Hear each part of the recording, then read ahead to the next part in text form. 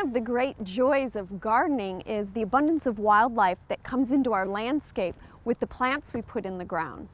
Today we're going to learn about landscaping for wildlife, and joining me is Mark Howery from the Oklahoma Department of Wildlife Conservation. Well, welcome to Oklahoma Gardening. Oh, well, thank you for having me on the show. I'm very excited about this topic because I love bringing wildlife into the landscape. So I do too. I'm hoping you can enlighten us into how to better arrange our landscape to bring in that wildlife. Okay, well, I'll do my best. Attracting wildlife to the landscape, fortunately, it's not that complicated an issue. It just takes a little forethought in the planning and arrangement of plants and the selection of plant material that you put in the landscape. Right here we have, I think, a great example of some careful planning in that we've got vegetation in multiple layers. One of the unique things about wildlife, I won't say it's unique, but one of the things about wildlife is that different species feel most comfortable or at home at different layers within the vegetative structure. For example, you have some species that are very comfortable in the canopy of trees, other species that are much more comfortable at ground layer. And so when we have an arrangement like this with tall trees next to shrubs, next to dense ground cover, we're providing habitat for multiple types of wildlife. Within a habitat, all wildlife need three basic things. They need cover, they need a source of food, and they need a reliable source of water. And if you can provide those three things, then you have the key elements to attracting wildlife to a backyard garden.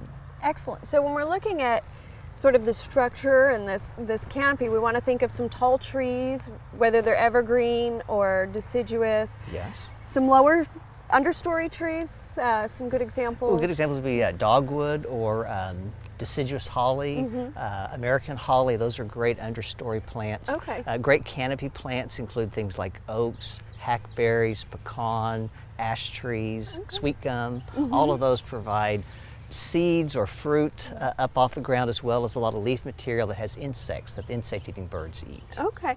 And we have some shrubs then as kind of, I think, the next layer down. We get to our shrubs. Yeah, they've got a wonderful beautyberry and then some buckbrush. Both of those produce berries that the birds eat, as well as having a lot of dense cover. And these are the kind of plants that some of the birds will nest in.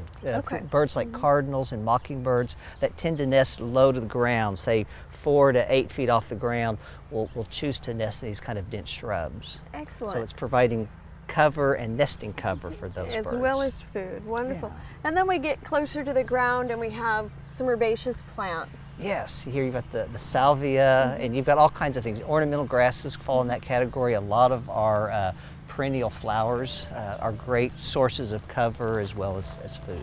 Okay, let's take a look at just a couple of those. One that I love are the asters.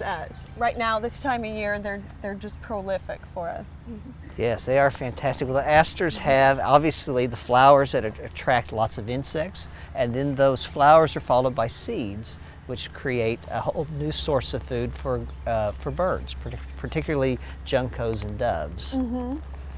And then you also have another nice understory plant, the Carolina buckthorn, which is a native plant here to Oklahoma that produces red to purple berries in the fall that are eaten by mockingbirds, robins, bluebirds, cedar waxwings. All kinds of birds love those. And it's a good nesting cover off the ground. Yeah, and our landscape here's pretty young, but those will get a bit larger, so they'll have a nice canopy for that wildlife. Yes, and it's a wonderful plant. And another great one that, as it matures, will be this Carolina cherry laurel. It's an evergreen, so it's going to have cover year-round, particularly in the winter time when the birds need it.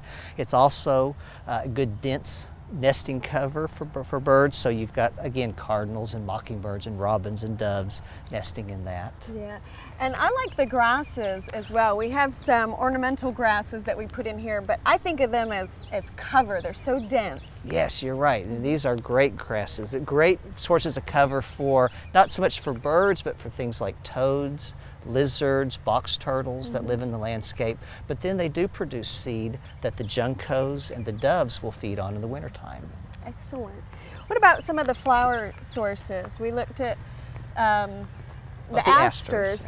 But we also have flowers that are more attracted to like hummingbirds as well. That red hot poker is a wonderful plant for hummingbirds, as are salvias, honeysuckles, pentas. Those are all great plants for attracting hummingbirds. Is color as important as structure when we're looking at hummingbirds? For hummingbirds, yes. I won't say that for all wildlife, but for hummingbirds, yes. Hummingbirds really, all birds find food by their sense of sight, or almost all birds do.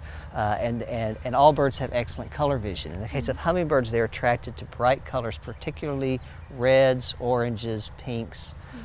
So the reddish-orange flowers of the red hot poker is a real attractant to them, really catches their eye. And then the structure of the flower, of course, is important too. Right. We can also look to our perennials for some of the seed as well, correct? Yes. Here these Gaillardia, again, are a great butterfly plant, a great nectar source for butterflies. And then they produce seed in the fall that the birds are going to feed on. Cardinals, juncos, mourning doves, all eat the seeds of Gaillardia. Now, some people think that if we leave the seeds on, we're reducing the lifespan of the plant. And that may be, that's kind of my experience. I think with certain plants, at least with some of the shorter lived perennials, I think leaving the seed reduces their lifespan. So for things like penstemon, I tend to cut the seed off because I think it shortens their life. I can't say that's the same for Gaillardia. I don't think that holds for grasses. Right. So I think leaving the seed on there is kind of a win-win situation for us. It's a gardener's choice. One thing I like to do is maybe I'll deadhead during the summer, but then towards the fall I'll leave that final flesh of seed on for winter food. That seems like that's a good balance there, yes. Now, something we didn't specifically address is having food available at different times of the year. Oh, that's true. And you've got some grape hollies here, and one of the things I really like about grape holly is that their fruit ripen during the summertime. And so when birds are nesting, it's a great food source for young birds, as well as, I'll say, stressed out adult birds that are trying to find food. You've got, as we mentioned earlier, the beautyberry bush and the Carolina buckthorn and the cherry laurel. Those all have fruit in the fall and the winter, which is very important. But it's important to have some summer fruiting plants as well, like the grape hollies. Some of the plums are a great summertime source of food. And then there's pokeweed or pokeberry. Yes. It's a poisonous plant to us, but it's not poisonous to birds. It's a great food source for birds. I love that. Yeah, if you plant it judiciously and don't put it away in an area where people can get For into me, it just kind of shows up on its own. I think the birds bring it into the landscape for me. They do. And a lot of these plants that have good value, particularly for birds, will come in on their own. Well, that's good. Nature's taking care of itself. Yes. The one last thing we mentioned earlier is water. Yes. Tell me a bit about providing water for birds. Well, for birds, providing water is very simple because it can be as simple as a bird bath. What birds are looking for is a shallow, clean source of water. They prefer something that's about 2 or 3 inches at the most deep, that can be easily cleaned out, and a bird bath fits that bill very easily. So providing water for birds is easy. Providing water for other wildlife is a little trickier. That's where a garden pond can come in handy because it brings that water down to ground level where small mammals, rodents, reptiles and amphibians can all reach it.